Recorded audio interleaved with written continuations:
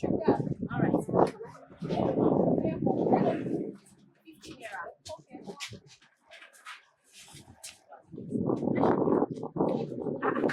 Mi ò ní change madam. Lórí nǹkan 15 naira ẹ̀ 1,000.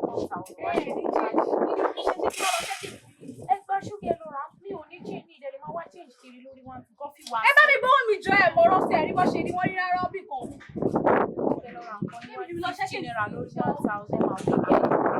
Sọlá. Ra ṣúgà 15 naira, wọ́n dẹ̀ mú 1,000. Wọ́n bò ní màá ti rí jẹ́. Yóò lè wá 1,000 naira fún wọn, rí ó ti dájú kó wá ṣéǹjì fún kọ́sọ́mà lọ. Adé jẹ́ fúnra wa ni. Ẹ má bínú. Ọ̀rẹ́ ò lè dùn mí. Gbà tó jẹ́ kóṣù bá pé wàá gbowó tiẹ̀. Ọ̀gá tà, ọ̀gá ò tà, owó aláàrù tí a pé. Kì í ṣe ọ̀gá tà, ọ̀gá ò tà, owó aláàrù àpé ni Yorùbá máa ń wí. Yorùbá máa ń wí pé ọ̀gọ́ tà, ọ̀gọ́ ò tà, owó aláàrù àpé. Ẹrù àpò tí a dì kalẹ̀ tí a gbé lọ sọ́jà ni Yorùbá ń pè ní ọ̀gọ́. Tó bá dé ọjà, ó tà o, kò tà, aláàrù àti gbowó. Yorùbá ṣe máa ń sọ wípé ọ̀gọ́ tà, ọ̀gọ́ ò tà, owó aláàrù àpé.